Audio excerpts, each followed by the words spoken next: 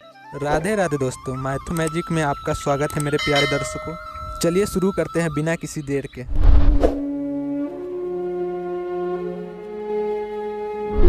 आपको बता दें कि महाराज उग्रसेन श्री कृष्ण के नाना थे और कंस मामा थे। जब द्वापर युग में महाराज उग्रसेन मथुरा के राजा हुआ करते थे, उस टाइम महाराज को एक भी संतानें नहीं थे। तब महाराज उग्रसेन ने बहुत सारे यज्ञ और तपस्या किए और तो और ब्राह्मण सबको दान भी दिया करते थे और सबसे आशीर्वाद भी लिया करते थे कि एक पुत्र की प्राप्ति हो जाए।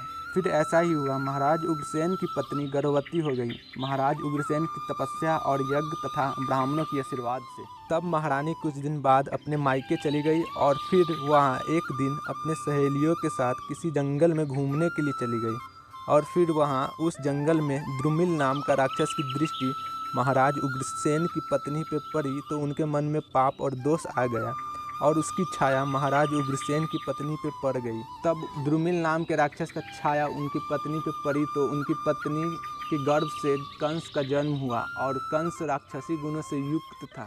तब कंस के जन्म के बाद महाराज उग्रसेन ने कंस का कुंडली दिखाने के लिए ज्योतिषों को बुलाया और उनसे कंस की कुंडली दिखाया तो ज्योतिषों ने बताया कि आपका ये पुत्र पूरे कुल परंपरा और वंश का विनाश कर देने वाला है, इसलिए आप इनका त्याग कर दीजिए। तब महाराज ने उसी समय एक टोकरी में कंस को रखकर यमुना जी में बहा दिए।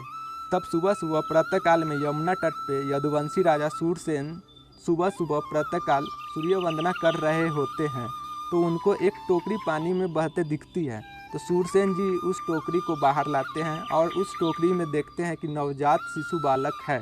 तो शूरसेन जी उस बालक को अपने गोद में ले लेते हैं और फिर महल की ओर चले जाते हैं। जब शूरसेन जी महल पहुंचते हैं तो उनकी पत्नी बोलती है, ये किनका बालक है?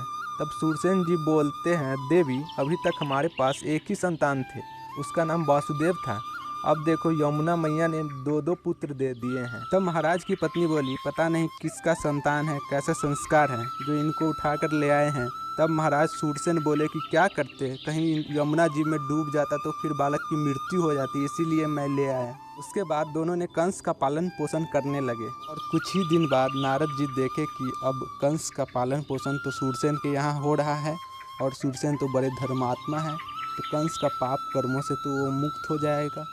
तब तो श्री हरि विष्णु का अवतार लेने का हेतु ही नहीं होगा, तो धरती पे पाप बढ़ रहा है तो उनको कौन मिटाएगा जब श्री हरि विष्णु का अवतार ही नहीं होगा। तो इसलिए फिर नारद जी सोचे क्यों न कंस से मिलकर उनका सत्य बता दे। फिर श्री नारद जी ने कंस से अकेले में मिले और नारद जी कंस से कहा कि तुम महाराज उग्रसेन के बेटे हो और तुम्हारे पिता मथुरा के राजा हैं, फिर भी तुम साधारण जिंदगी क्यों जी रहे हो, तुम्हें तो महल में होना चाहिए था। कंस के मन में राज्य पाने की लालच जग गई।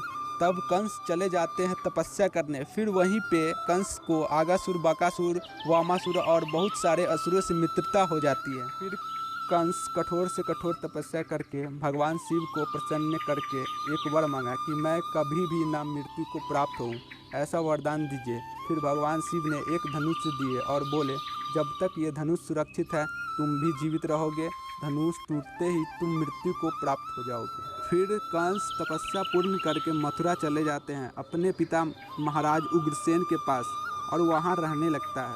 हम उम्मीद करते हैं कि यह वीडियो आपको अच्छी लगी होगी। अगर अच्छी लगी होगी तो नीचे कमेंट करके ज़रूर बताएं और साथ में हमारे और अपने चैनल मैथो मैजिक को लाइक और सब्सक्राइब कर ले और साथ ही बेल आइकन दबा ले, जिससे हमारे अगले वीडियो का नोटिफिकेशन मिल जाए सबसे पहले आपको। तब तक के लिए धन्यवाद। मिलते हैं हम आपसे अगले वीडियो में। राधे राधे दोस्तों।